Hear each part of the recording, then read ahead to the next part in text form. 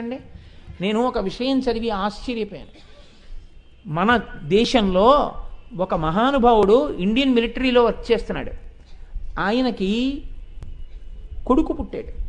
పెళ్ళయిన తర్వాత ఆయన భార్యతో కాపరం చేసింది ఒక 6 నెలలు, మళ్ళీ వెళ్ళిపోయాడు యుద్ధభూమికి. కొడుకు పుట్టాడని టెలిగ్రామ్ వచ్చింది.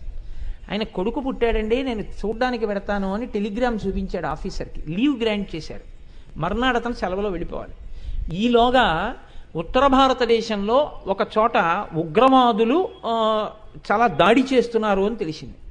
ఆ అధికారి అన్నాడు, ఏమయ్యా చాలా ఉపద్రవం వచ్చింది, నీకు రేపటి నుంచి నేను సెలవు ఇచ్చేశాను, నువ్వు బయలుదేరు, కానీ దీనికి మెరికలైన వాళ్ళని కొంతమందిని తీసుకోవాలి, నువ్వేనా కొన్ని పేర్లు చెప్తావా అని అడిగాడు.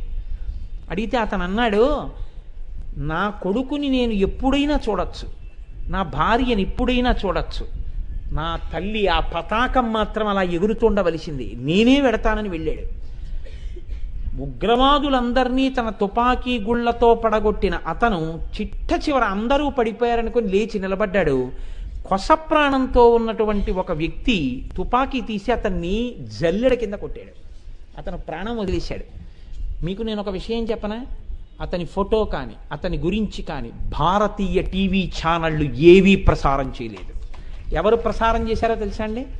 ఇంతటి మహాత్ముడు భారతదేశంలో నేల కొరిగిపోయాడు, కన్న బిడ్డని కూడా చూసుకోకుండా దేశం కోసం అసువులు బాసిన మహానుభావుడు అని చెప్పి బీబీసీ ఛానల్ కవర్ చేసింది.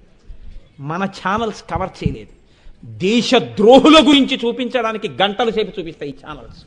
దేశభక్తుణ్ణి చూపించడానికి వీళ్ళకి ఖాళీ లేదు. అంత దిక్కుమాలిన స్థితిలో ఇవాళ మనము మన ప్రసార సాధనాలు ఉన్నాం.